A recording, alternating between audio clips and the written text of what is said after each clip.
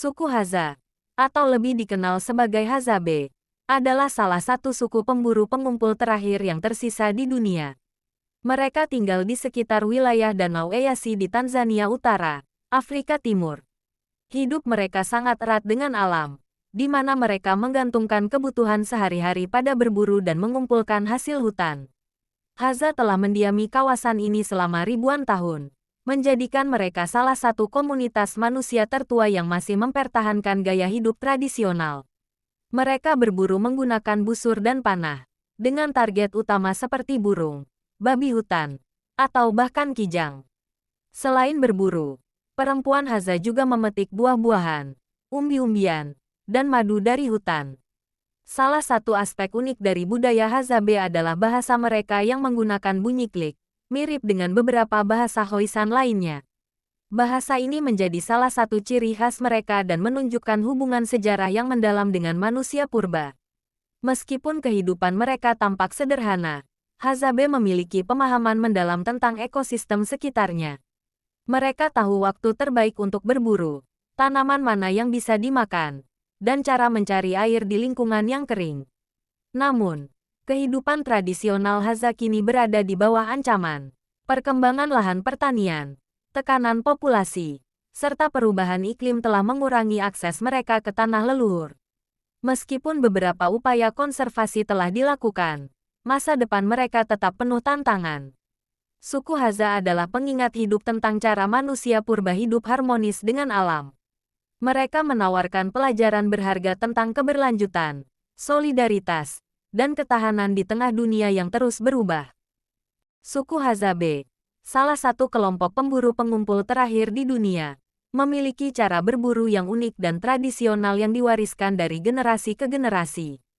Berburu adalah bagian penting dari kehidupan mereka, tidak hanya sebagai sumber makanan tetapi juga sebagai identitas budaya yang menghubungkan mereka dengan leluhur dan tanah mereka. Laki-laki Hadzabe adalah pemburu utama, dengan membawa busur dan panah buah tantangan. Mereka menjelajahi savana dan hutan di sekitar Danau Eyasi, Tanzania. Panah yang mereka gunakan sering dilapisi racun alami dari tumbuhan untuk memastikan binatang yang terluka segera lumpuh. Mereka berburu berbagai hewan, mulai dari burung kecil, kelinci, babi hutan, hingga kijang. Berburu dimulai sejak pagi hari, ketika suhu masih sejuk dan hewan-hewan liar lebih aktif.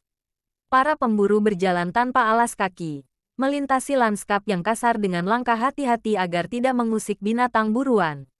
Mereka menggunakan keahlian membaca jejak hewan di tanah, mengenali tanda-tanda keberadaan mereka, seperti patahan ranting, kotoran, atau bekas cakaran.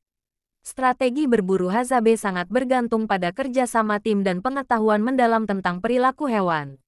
Saat mendekati mangsa, mereka menggunakan teknik mengendap-endap untuk tetap tak terlihat. Kadang-kadang, mereka juga meniru suara hewan tertentu untuk memancing target mendekat. Ketika seekor hewan berhasil ditangkap, proses pembagian daging dilakukan secara adil di antara anggota kelompok. Tidak ada konsep kepemilikan pribadi dalam budaya mereka. Semua hasil buruan dianggap sebagai milik bersama, mencerminkan nilai solidaritas dan gotong royong yang kuat. Selain berburu hewan besar, laki-laki Hadzabe juga sering mencari lebah liar untuk mendapatkan madu, yang menjadi salah satu makanan favorit mereka. Dengan memanjat pohon menggunakan alat sederhana, mereka mengambil sarang lebah dengan penuh keberanian, menghindari sengatan lebah. Metode berburu tradisional suku Hadzabe bukan hanya soal keterampilan, tetapi juga bentuk penghormatan terhadap alam. Mereka hanya mengambil apa yang diperlukan untuk kebutuhan sehari-hari, menjaga keseimbangan ekosistem yang telah menjadi bagian dari hidup mereka selama ribuan tahun. Cara hidup ini mencerminkan filosofi keberlanjutan dan kesederhanaan yang luar biasa di tengah dunia yang semakin modern.